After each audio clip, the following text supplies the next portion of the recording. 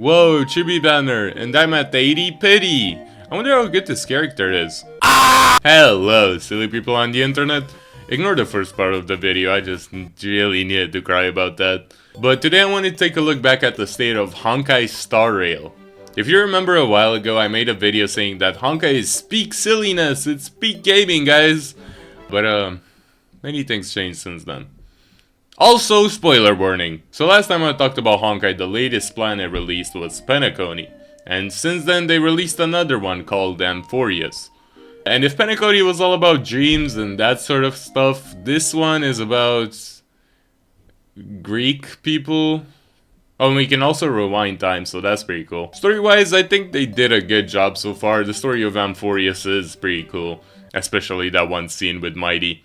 So wait, is that it then? Nothing changed about the game? It's still silly? I wish. Recently I've noticed something about Hoyoverse's recent games in particular.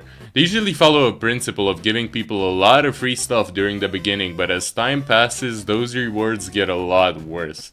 It's pretty much a tactic to get you hooked on the game, basically. And remember how back in my previous video I was going on about how Honkai is so cool, they give you lots of pulls, look, the corporate people actually care about us! Yeah, it was delusional. Honestly, that entire video was just me ranting about how much I liked the story and never actually went on and criticized the major aspects of the game, but either way.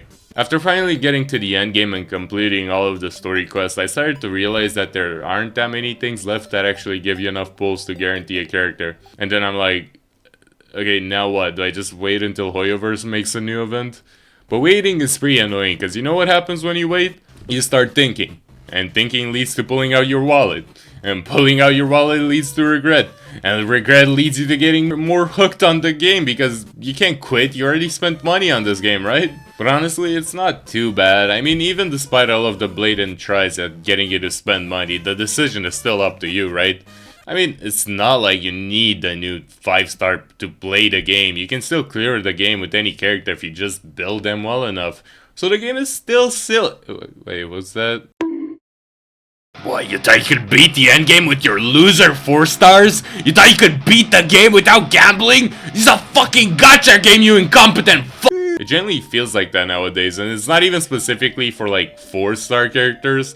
A lot of older 5 stars keep getting weaker as new patches come out. Oh, you thought your fully built Clara could handle endgame? Here's a boss with the resistance to everything but credit card swipes. But hey, Hoyoverse is not just inflating them for no reason. There's a really simple explanation on why they're doing it. It's because they made a habit of making each new 5-star more powerful than the last. Creating the problem and selling the solution! Oh, remember Acheron? How game-breaking she was? Yeah, the Herta just overtook her in the tier list. And honestly, in the upcoming patches, the Herta is probably gonna get overshadowed by a newer 5-star too. But hey, don't worry, you know, if the damage boost isn't enough to get you to give Hoyoverse your life savings, how about global traits? Yeah, you heard me right. In 3.2, they're planning to release a character named Castoris that pretty much gives your entire team a free revive just by having her in your account. Let me rephrase, your account, not your team.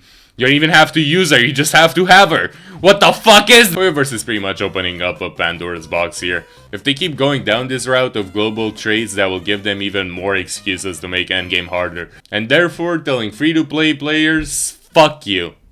So it's finally time to answer the question. Is Honkai Star Rail still silly after everything we've talked about? Well, the answer is... yeah. I mean, the game is still tolerable at the current point, but like... as I've stated, if it keeps doing whatever it's doing right now, it will really end up not silly at all. But I don't want to sound all doomer right now and say that Honkai is doomed and it will be impossible to fully clear unless you have the newest meta. Maybe Hui is actually gonna calm down and the whole Pandora's box thing I was going on about might not even happen. And honestly, even if it gets to that point where I can't even clear endgame unless I have the multiple meta characters, I'm probably still gonna be playing it. And you know what? Maybe that's the real tragedy in all of this. Not the power creep, not the HP inflation, not even the global traits, you know? It's the fact that I'm still here and still playing. Fucking Yanqing, man, I already have him at C2. Stop giving me this character at 80 pity, dude. This game hates me. Anyway, if you're this far in the video, then you're very silly. Good job.